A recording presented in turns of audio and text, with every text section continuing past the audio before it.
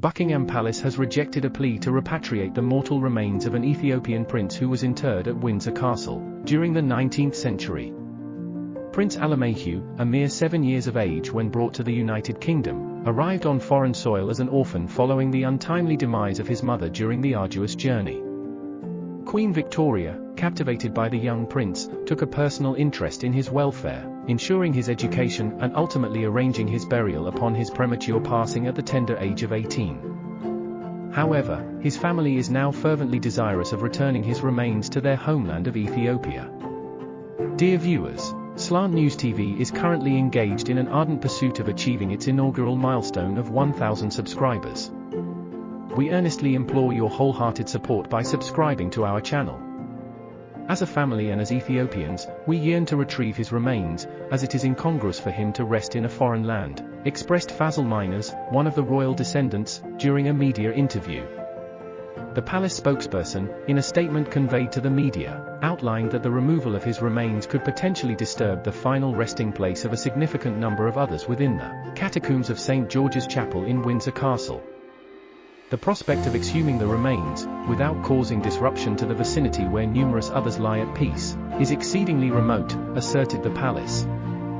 The statement further acknowledged the chapel's sensitivity in honoring Prince Alemayehu's memory while preserving the dignity of the departed, a responsibility deemed paramount. Moreover, it highlighted the royal household's past accommodation of Ethiopian delegations' requests for visits to the chapel.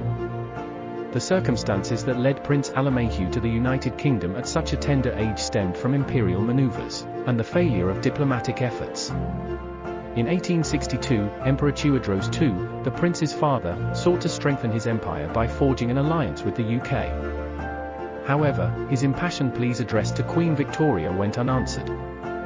Provoked by the silence and taking matters into his own hands, the emperor detained several Europeans, including the British consul, thus triggering a colossal military expedition involving approximately 13,000 British and Indian troops, all committed to their rescue.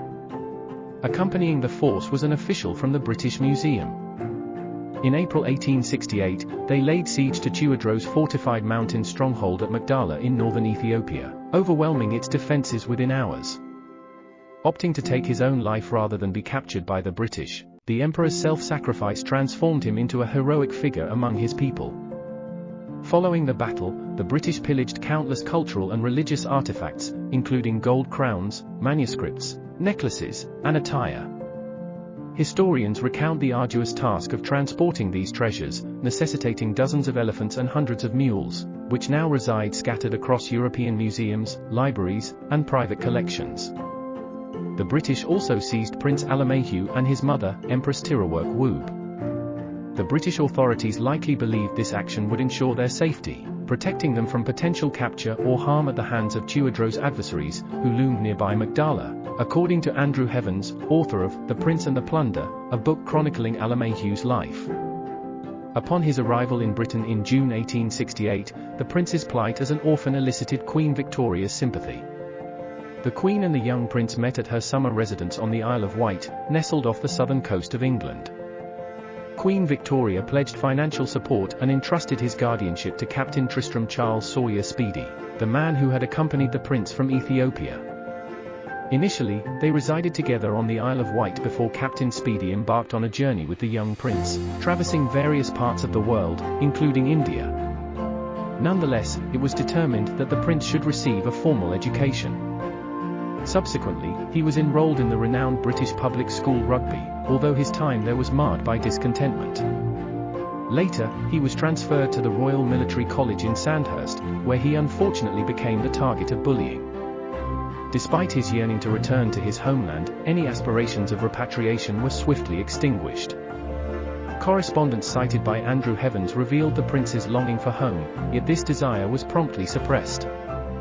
I empathize with him as if I intimately knew his struggles.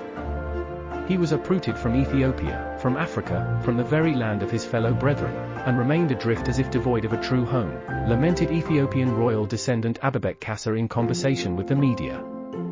Ultimately, Prince Alemayehu found himself receiving private tutoring within a household in Leeds. However, his health began to deteriorate, possibly due to pneumonia, and there were instances where he refused treatment, suspecting foul play and poisoning. After a decade spent in exile, the prince tragically passed away in 1879, at the tender age of 18. His illness garnered attention in the national press, and Queen Victoria expressed her profound sadness in her diary. Devastated and profoundly shocked upon receiving the telegram, informing me of the untimely passing of dear Alemayehu this morning. It is an immense sorrow. Alone, in a foreign land, without a single soul or relative to call his own, she mourned. His existence was fraught with challenges of every kind, and his sensitive nature perceived the gaze of others, fixated upon his color. Everyone is overcome with great sorrow. Consequently, she orchestrated his burial at Windsor Castle.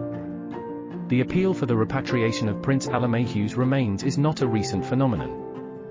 In 2007, the then President of Ethiopia, Jerma Wal Georges, officially requested that Queen Elizabeth II return the prince's body. Regrettably, these endeavors proved futile. We yearn for his return. We refuse to accept his continued presence in a foreign land, reiterated Ms. Abebek with heartfelt emotion. When I contemplate his life, tears cascade from my eyes. If his remains were to be restored to us, it would be akin to his triumphant homecoming. Ms. Abebek had held hope for a positive response from the newly crowned King Charles III. Restitution serves as a vehicle for reconciliation, acknowledging the past's transgressions, affirmed Professor Alula Pankhurst, an authority in British-Ethiopian relations. He believes that the return of the prince's remains would prompt Britain to reassess its historical narrative, facilitating reflection and coming to terms with its imperial past.